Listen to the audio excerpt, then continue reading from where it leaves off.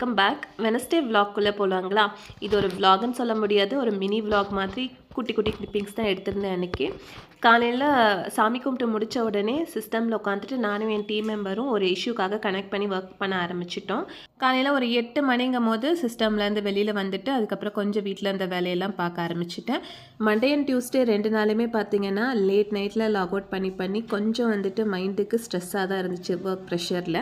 என்னோடய ஸ்ட்ரெஸ் பஸ்டர்னு பார்த்திங்கன்னா செடிங்களுக்கு தண்ணி விடுறது. மழை பெஞ்சு செடிக்கு போதுமான தண்ணி இருந்துச்சு, பட் ஸ்டில் என்னோட ரிலாக்ஸேஷனுக்காக கொஞ்சம் நேரம் நின்று தண்ணி விட்டுட்டு அதுக்கப்புறம் கோலம் போட்டுட்டு பொறுமையாக வீட்டுக்குள்ளே வந்தேன்.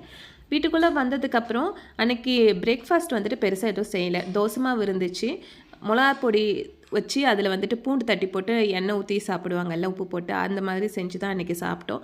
சாப்பிட்டு முடிச்சுட்டு சிஸ்டம் ஒர்க் பண்ணிவிட்டு சைட்டுக்கு கொஞ்சம் நேரம் போயிட்டு வந்தாச்சு. போயிட்டு வந்ததுக்கப்புறம் மதியானம் லஞ்சு செய்யணும். காலையில் எதுவுமே செய்யலை. சஞ்சய் கொஞ்சம் கோவக்காய் கட் பண்ணி தாடான்னு சொன்னேன், கட் பண்ணி கொடுத்தான். அவனுக்கு ஹெல்ப்பாக இருக்கட்டும்னு சொல்லிட்டு நானுமே கட் பண்ணேன்.